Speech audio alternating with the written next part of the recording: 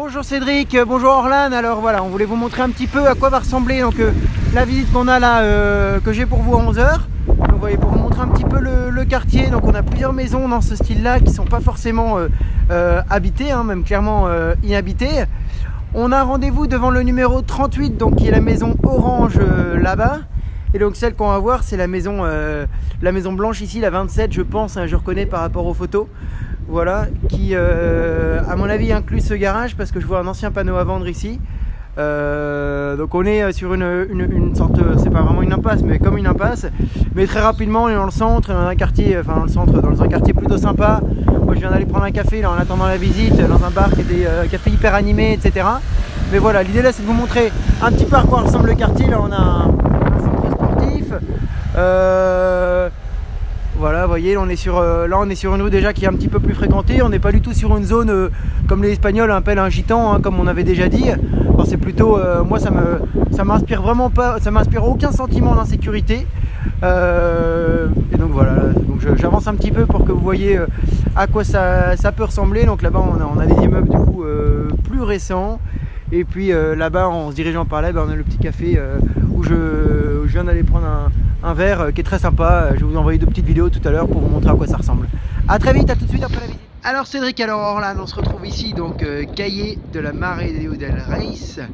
Donc c'est bien le numéro 38 qu'on va aller voir. C'est une ruine, hein. Il faut tout mettre par terre. On n'a pas le droit de construire plus qu'un R+1. Mais voilà, la maison est vraiment pas chère. Les travaux en Espagne, c'est pas très cher non plus. Et je pense qu'il y a possibilité de faire quelque chose de vraiment sympa sans dépasser votre budget. Donc vous avez ici, vous voyez, un petit garage.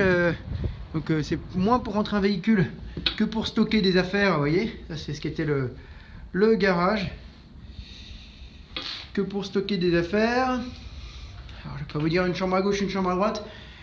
Vous vous doutez bien que tout est à casser.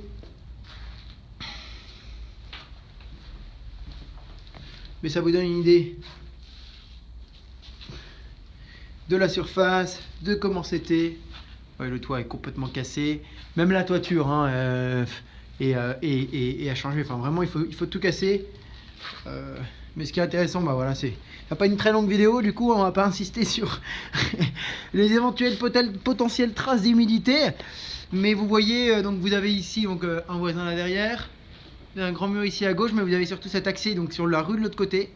Donc vous avez la possibilité ici de faire un garage, puis vous avez du coup cette petite cour, ce petit enclos, ce petit jardin. Et on va essayer de monter là, sans se casser la figure, sûr, pour vous donner une idée de ce à quoi ça ressemble. Vous voyez.